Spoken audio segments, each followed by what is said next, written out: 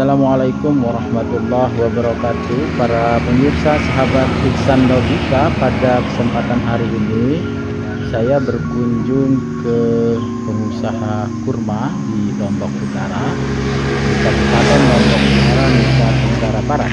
Nah, ini terlihat beberapa bibit pohon kurma yang dikembangkan oleh pengusaha yang kita temui. Nanti kita akan wawancarai bagaimana sejarah kemudian mengembangkan usaha pohon korma ini, bagaimana prospeknya ke depan di Nusa Tenggara Barat, dan hasilnya bagaimana. Ini menjadi salah satu sumber informasi atau inisiasi untuk pengembangan ekonomi di bidang pertanian, khususnya di pertanian kurma. Selama ini mungkin kita bisa melihat kurma hanya ada di Arab Saudi, di Timur Tengah. Ternyata bisa tumbuh baik di Lombok Utara. Nah, sekarang kita wawancarai pengusaha kurma. Kita akan bertemu dengan sesama beliau. Ikuti.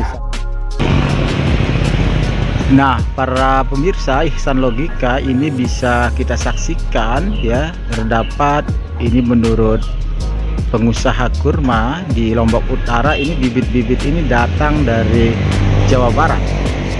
Dan sekarang ini bisa terlihat cukup banyak yang bibit-bibit kurma yang akan ditanam di lahan yang sudah disediakan.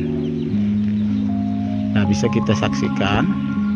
Ya, saya bertemu kembali dengan pengusaha kurma yang saya jelaskan tadi di wilayah Kabupaten Lombok Utara.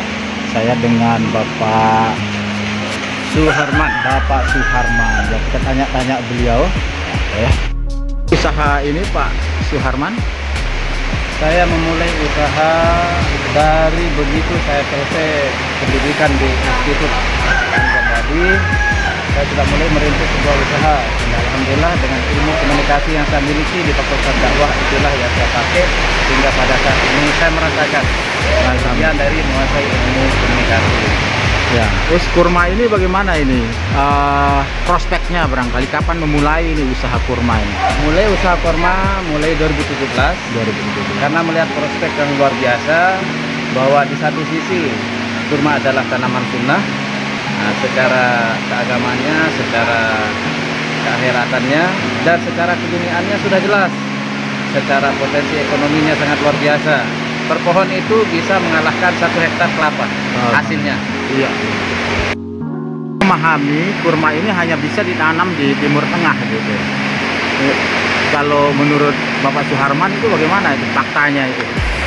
Faktanya orang memahami ketika kurma itu di Timur Tengah itu dulu, ketika belum memahami ilmu konteksnya, dan ternyata kurma itu bisa tumbuh di iklim yang tropis, di iklim dan situasi bagaimanapun, selama kita memperlakukannya sesuai dengan keilmuan yang diinginkan oleh tumbuhan tersebut.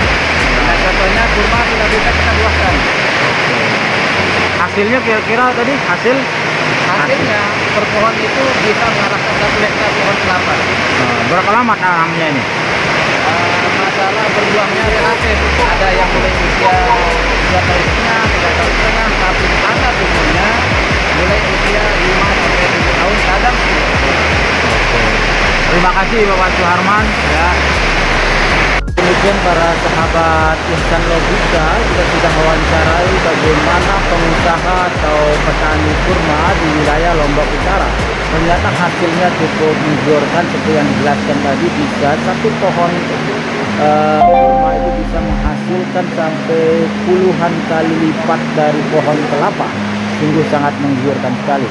Pernah beliau bercerita juga bahwa pohon kurma, satu batang pohon kurma menghasilkan sampai 18 juta. Ya, ini luar biasa. Mungkin menjadi ide yang sangat bermanfaat untuk kita semua ya, untuk para pengusaha yang ingin mencoba menanam pohon kurma di lahannya. Ya, selamat dan terima kasih telah menonton video saya bersama Ihsan Logika. Assalamualaikum warahmatullahi wabarakatuh.